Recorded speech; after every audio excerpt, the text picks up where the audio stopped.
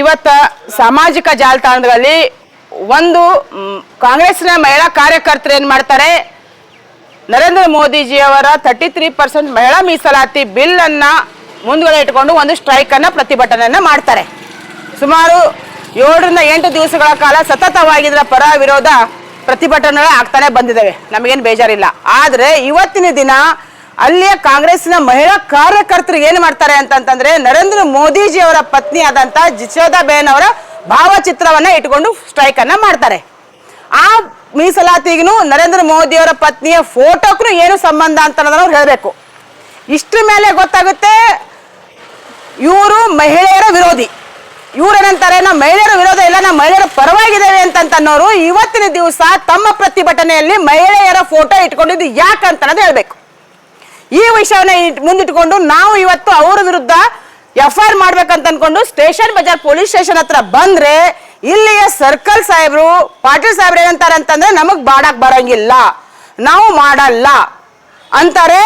ನಾನು ಇಲ್ಲಿಯ CPI ಏನ್ ಕೇಳಕ್ ಇಷ್ಟಪಡ್ತೀನಿ ಅಂತಂದ್ರೆ, ತಾವು ಕಾಂಗ್ರೆಸ್ಸಿನ ಏಜೆಂಟ್ ಅಧಿಕಾರಿ, ನೀವು FIR ಮಾಡಲ್ಲ ಅಂತಂದ್ರೆ ನಾವು ಸುಮ್ಮನೆ ಕೂತ್ಕೊಳ್ಳಂಗಿಲ್ಲ.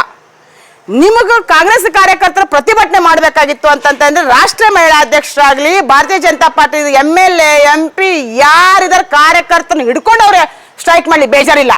ಆ ವಿಷಯಕ್ಕೂ ಈ ಹೆಣ್ಮಗಳಿಗೂ ಏನು ಸಂಬಂಧ? ಇದೇ ಮಲ್ಲಿಕಾರ್ಜುನ್ ಖರ್ಗೆ ಅವರು ನರೇಂದ್ರ ಮೋದಿ ಅವರನ್ನ ಭಯೋತ್ಪಾದಕ ಅಂತ ಒಂದು ಸ್ಟೇಟ್ಮೆಂಟ್ ಕೊಟ್ಟಿದ್ದಾರೆ. ನಾವು ಕೂಡ ನಾಳೆ ಸ್ಟ್ರೈಕ್ ಮಾಡಿದಾಗ ಮಲ್ಲಿಕಾರ್ಜುನ್ ಖರ್ಗೆ ಅವರ ಪತ್ನಿಯ ಫೋಟೋ ಇಟ್ಕೊಂಡು ಸ್ಟ್ರೈಕ್ ಮಾಡಿದ್ರೆ ಇವ್ರು ಸುಮ್ ಕೂತ್ಕೋತಾರೇನು? ಪ್ರಿಯಾಂಕಾ ಖರ್ಗೆ ಅವರಾಗಲಿ, ಕಾಂಗ್ರೆಸ್ನ ಎಲ್ಲ ಮುಖಂಡರು, ಎಲ್ಲ ನಮ್ಮ ಪಕ್ಷದ ಕಾರ್ಯಕರ್ತರಿಗೆ ಮುಖಂಡರಿಗೆ ಸಿಕ್ಕಾಪಟ್ಟಿ ಬೈದಾಗ ಅವ್ರವ್ರ ಹೆಂಡ್ರು ಫೋಟೋ ಇಟ್ಕೊಂಡು ಸ್ಟ್ರೈಕ್ ಮಾಡಿದ್ರೆ ಇವ್ರು ಇಳಿತವೇನು? ಇದು ಯಾವ ನ್ಯಾಯ?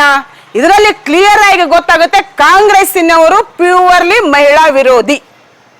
ಇವತ್ತಿನ ದಿವಸ ಸಾಯಂಕಾಲ 4 ಗಂಟೆ ಒಳಗಡೆ ಇವ್ರೇನಾದ್ರೂ ಡಿಪಾರ್ಟ್ಮೆಂಟ್ನವರು ಆ ವಿಷಯಕ್ಕೆ ಸಂಬಂಧಪಟ್ಟಂಗೆ FIR ಮಾಡಿದ್ರು ಸರಿ. ಆಗಿಲ್ಲ ಅಂತಂದ್ರೆ ಖಂಡಿತವಾಗಿ ನಾವೆಲ್ಲ ಹೆಣ್ಮಕ್ಳು ಪೊಲೀಸ್ ಕಮಿಷನರ್ ಆಫೀಸ್ ಎದುರುಗಡೆ, ಪೊಲೀಸ್ ಕಮಿಷನರ್ ಆಫೀಸ್ ಎದುರುಗಡೆ ನಾವು ಉಪವಾಸ ಸತ್ಯಾಗ್ರಹ ಅಂತೂ ಮಾಡೋದು ಖಂಡಿತ. ಯಾಕಂತಂದ್ರೆ ಇವತ್ತು ಇವ್ರು ಇಟ್ಕೊಂತಾರ, ನಾಳೆ ಯಾರ್ದು ಇಟ್ಕೊಂತಾರ, ಸಂಬಂಧಪಟ್ಟವ್ರು ಇಟ್ಕೊಳ್ಳಿ, ನಾವು ಬೇಜಾರಿಲ್ಲ. BJPಯ ಸಂಸದರು ಇಟ್ಕೊಳ್ಳಿ, MLAಗಳ ಫೋಟೋ ಇಟ್ಕೋರಿ, ನಾವು ಬೇಜಾರು. ಆದ್ರೆ ಈ ಹೆಣ್ಮಗಳಿಗೂ ಆ ಬಿಲ್ಲಿಗೂ ಏನ್ ಸಂಬಂಧ?